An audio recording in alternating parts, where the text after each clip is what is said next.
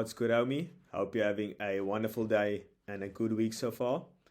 As you can see by the title, today's video is the 4 lessons from 4 years of lifting. So these lessons aren't necessarily just fitness based. It's just lessons in general and over the past 4 years that I've learned and that can help you through your life and obviously in lifting as well.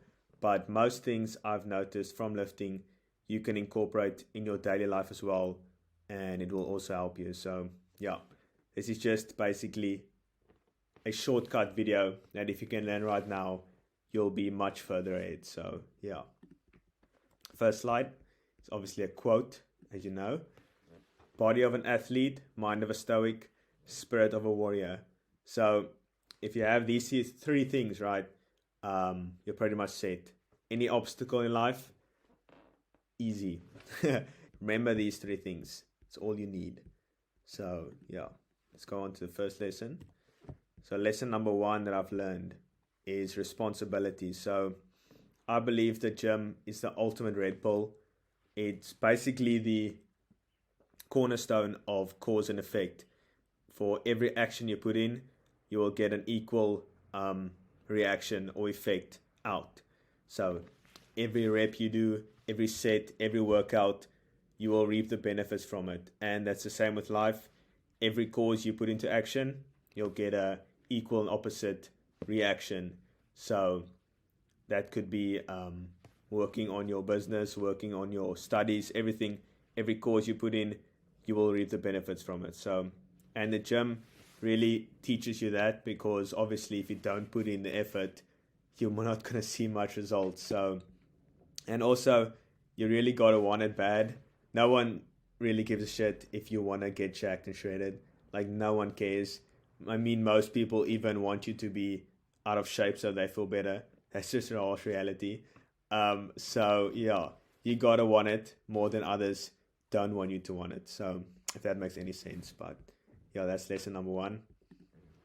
And lesson 2 is discipline and consistency. So this is a big one. This is basically the 2 components you need for achieving anything in life. If you don't have discipline, you're only going to do it when you're motivated. And I've actually calculated the percentage of the time I'm motivated. So it's 2.3%. That's pretty shocking. So I'm never motivated to do any of the work in my day-to-day life. And you obviously know this quote, do the hard work, especially when you don't feel like it. That's basically the core premise of being a man, is doing the work when you don't feel like it. You shouldn't really be assessing your emotions before you do any task. I mean, yeah, like I just said, I'm motivated 2.3% of the time that I actually need to do the work that I'm supposed to be doing. So yeah, that's once every, I believe it's 6 or 7 weeks, I think 42 days, yeah. So once every 42 days, I'm actually motivated to go to the gym. So yeah, obviously I don't really rely on motivation. I don't at all. So I just go every day, no matter what. And the thing about extraordinary results, right, is just doing the ordinary for an extraordinary amount of time. So most people look for the quick fixes, obviously, because it's easier. But there's no quick fix to achieving your dream body. It's everyday, consistent work, diet, sleep, everything. I really believe bodybuilding is like the sport you focus on 24/7, because everything needs to be aligned for you to achieve the optimal results. So yeah, it's pretty difficult, but over time just get used to it. Like, it's pretty easy for me now. Like, it's pretty hard for me to actually get out of shape, if that makes any sense. But yeah, it's actually more difficult to get obese. Like, I that would be extremely difficult for me. Maybe I should try it, but no. So lesson 3, this is a big one. Less is more, and this could be applied to anything in life. Usually, when you want to increase your output, you have to actually decrease the amount of things you're doing. So decrease your activities. So you have to decrease your volume, but also you have to increase your intensity. So when you decrease your volume, you're obviously doing less work in the gym, but the work you are doing is much more intense. So you should be focusing on actually going to failure probably 80 to 90% of your sets. And yeah, that's what I do. I train to failure almost every set, but I don't do as much volume, probably like 18 sets a week per muscle group. So that's 9 per workout, twice a week. And yeah, when I started, my leg days were 48 sets a week. So almost 50 sets of legs a week. And obviously I was making progress, but I wasn't going as intense on those sets as I could have been, or as I should have. So I was basically going like a 6 to 7 out of 10 on each set, but just doing a lots of volume. And obviously I've spent like an hour and a half to 2 hours in the gym. And when you decrease the volume and increase your intensity, you're less time in the gym and you get more output. So it's a win-win. Or I mean, if you want to spend lots of time in the gym, you can do as you please. But yeah, that's lesson number 3. What the fuck? Lesson 4.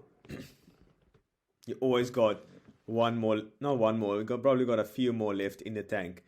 And I've realized over probably like 3 to 4 years after lifting, it's more mental barrier that you have to break than a physical one.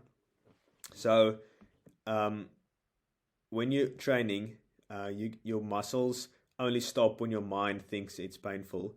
So you can actually just push past that mental barrier that I wrote down here. When your mind says, "Nah, stop, it's fine," you can probably push out like 4 to 6 more reps. Like, not even kidding.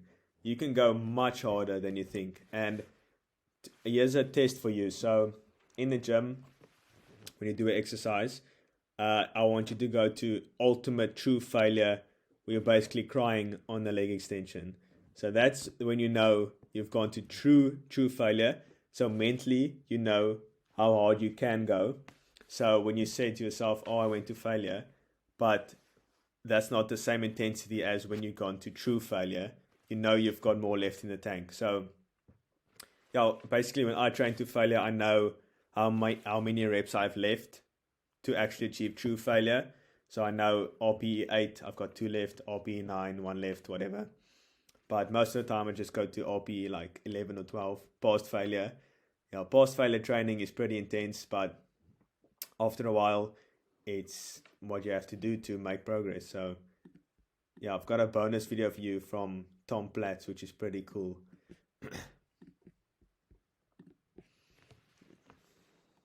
Come on!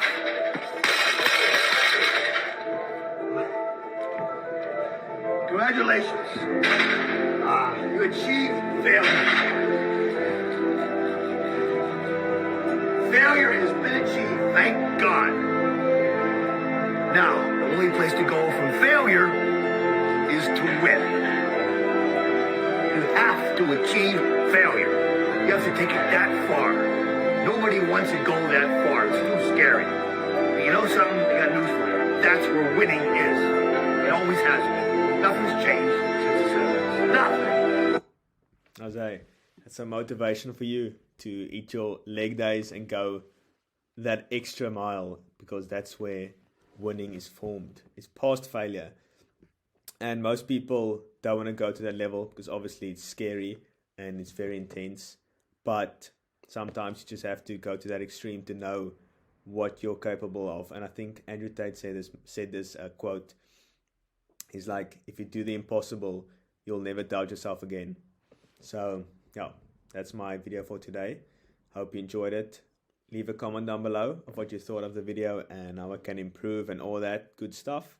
But yeah, make sure to like the video if you liked it. If you didn't, you can dislike, I don't mind. But yeah, enjoy the rest of your day and I'll see you next week.